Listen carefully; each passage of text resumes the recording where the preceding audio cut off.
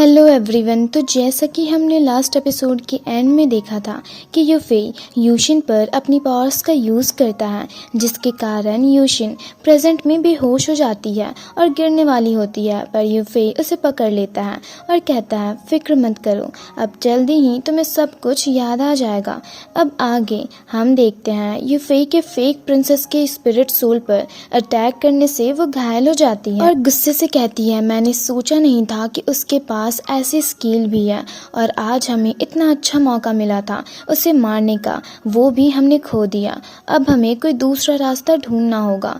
दूसरी तरफ हमें मैजिकल ट्री का सीन दिखाया जाता है, जहां पर हम उसी फेक प्रिंसेस के साथी को यूफेई से बचकर भागते हुए देखते हैं, पर यूफेई के अटैक से वो घायल होकर नीचे गिर जाती है। तभी यूफेई यूशिन पर अपनी फायर पावर का यूज करता है, जिसके कारण यूशी दर्द से तड़पने लगती है और ठीक होकर नीचे आती है तो यूफेई से कहती है मुझे माफ करना, मैं तुम्हें मारना नहीं चाहती हूँ। वो तो उस वक्त मुझे किसी की आवाज सुनाई दी और पता नहीं मुझे क्या हो गया था, ऐसा लग रहा था जैसे कोई मेरे माइंड को कंट्रोल कर रहा हो। तभी प्रिंसेस उसे पूछती है पर वो लड़की कौन है, तो यूशिन उसे बताती है कि वो 7 kills smoke and rain pavilion से है, पर वो यहाँ कैसे आई ये तो मुझे भी नहीं पता।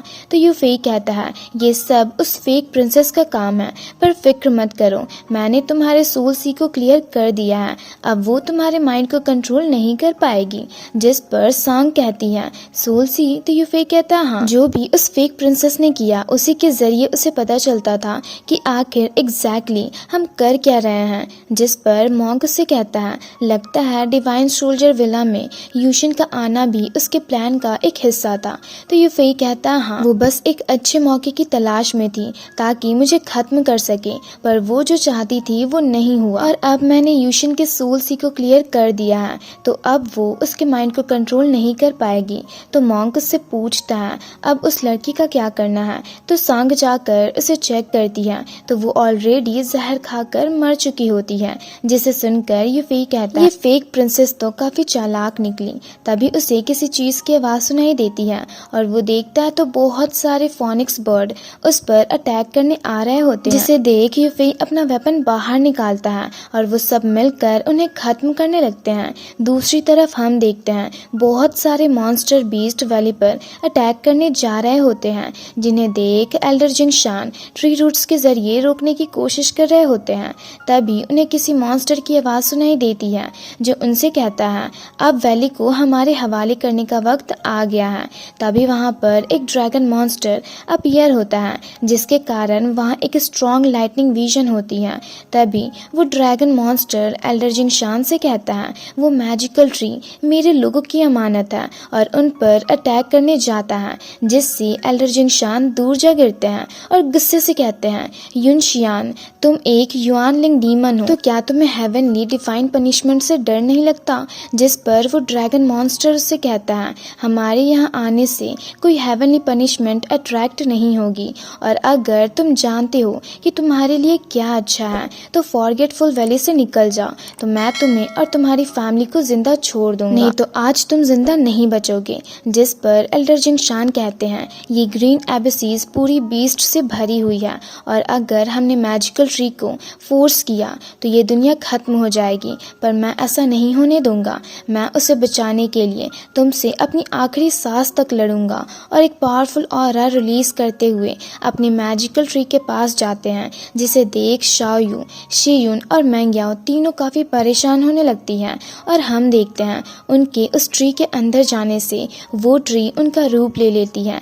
जिसे देख वो ड्रैगन मॉन्स्टर उनसे कहता है तुम ये सब करके भी मेरा कुछ नहीं कर पाओगे, और अपने बहुत सारे ड्रैगन क्लोन्स के जरिए एल्डर जिंगशान पर अटैक करता है, जिससे एल्डर जिंगशान अपने ट्री रूट्स के जरिए खत्म करते हुए उस पर अटैक करते हैं, पर उनके अटैक से बचते हुए वो ड्रैगन मॉन्स्टर उन पर अटैक करता है, जिससे एल्डर जिंगशान घायल होकर उस मैजिकल ट्री से बाहर निकलकर पीछे की ओर जा गिरने वाले होते हैं। पर तभी यूफेई वहां आकर उन्हें बचा लेता है और एक आइस ड्रैगन समॉन करके उस ड्रैगन मॉन्स्टर पर अटैक करता है। तो दूसरी तरफ शीयुन एल्डर जिंगशान को पकड़कर नीचे लेकर जाती है।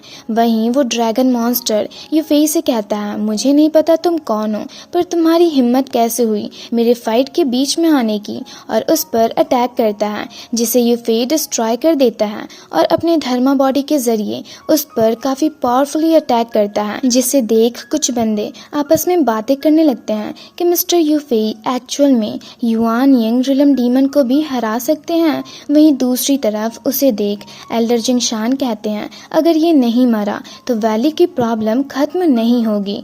वहीं ड्रैगन मॉन्स्टर यूफे से कहता है मुझे नहीं लगता तुम्हारे पास ब्लड लाइन है। तो यूफे से कहता है अब फॉरगेटफुल वैली का ख्याल मैं रखूंगा और अगर तुम्हारा ये डीमन क्लान यहाँ से वापस नहीं गया तो मैं उन पर बिल्कुल भी दया नहीं दिखाऊंगा। जिसे सुनकर ड्रैगन मॉन्स्टर उससे गुस्से से कहता है तुमने मेरे सोल को डिस्ट्रॉय किया है, अब मैं तुम्हारे टुकड़े टुकड़े कर दूंगा और ऊपर की ओर जाता है। जिसे देख यूफे कहता है मुझे भी युआनिंग रिलम वॉरियर के साथ फाइट किए हुए बहुत दिन हो गए हैं और एक स्ट्रॉन्ग लाइटनिंग एनर्जी रिलीज करता है। जिसे देख शियुन चौंक कर कहती है मिस्टर यूफे ने तो हेवनली गॉड ब्लड लाइन को एक्टिवेट कर दिया है। वहीं एक दूसरे एल्डर भी यूफे को देख कहते हैं अगर आज ये यहाँ पर सही वक्त पर नहीं आता तो अब तक हम सब मारे गए होते। दूसरी तरफ हम देखते हैं आसमान में काले बादल छाने लगते हैं। जिसे देख मॉन्क कहता है मुझे याद है मैंने भी एक बार युआनिंग रिलम डीमन के साथ फाइट किया था। जिस पर सांग कहती है ये तो उससे भी ज्यादा खतरनाक है। दूसरी तरफ हम देखते हैं आसमान में लाइटनिंग विजन के जरिए एक वेपन क्रिएट होता है। जिसे देख ड्रैगन मॉन्स्टर भागते हुए कहता है हेवनली डिवाइन पनिशमेंट। वहीं एल्डर जिंगशान उसे देख कहते हैं मेरे ग्रीन एबिसिस के हेवन एंड अर्थ रूल के मुताबिक किसी भी युआनिंग रिलम कल्टीवेटर को अटैक करना अलाउ नहीं है। और फिर यूफे से कहते हैं जल्दी से आप अपनी ब्रीथ को हाइड कर लीजिए नहीं तो आप भी पनिश हो जाओगे। जिसे सुनकर यूफे अपने ब्रीथ को हाइड कर लेता है। वहीं हेवनली डिवाइन पनिशमेंट को देख सारे मॉन्स्टर बीस्ट वहां से भाग जाते हैं। ये देख सब काफी खुश होकर यूफे की जय जयकार करने लगते हैं। तभी यूफे नीचे आता है तो एल्डर जिंगशान उसे ग्रीट करते हुए कहते हैं हमारी मदद करने के लिए आपका बहुत बहुत शुक्रिया, हम आपका ये एहसान कभी नहीं भूलेंगे। तो यूफे उनसे कहता है इसकी कोई ज़रूरत नहीं है, आपने तो मुझे डिवाइन वाटर कलेक्ट करने के लिए अलाउ करके मुझ पर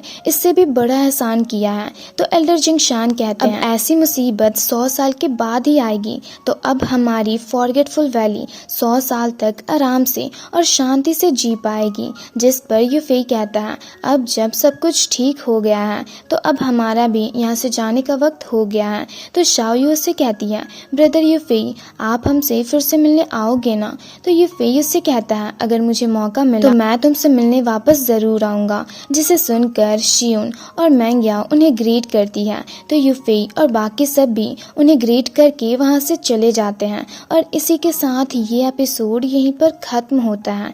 तो अगर आप लोगों को ये वीडियो अच्छी लगी तो वीडियो को लाइक और चैनल को सब्सक्राइब कर दें।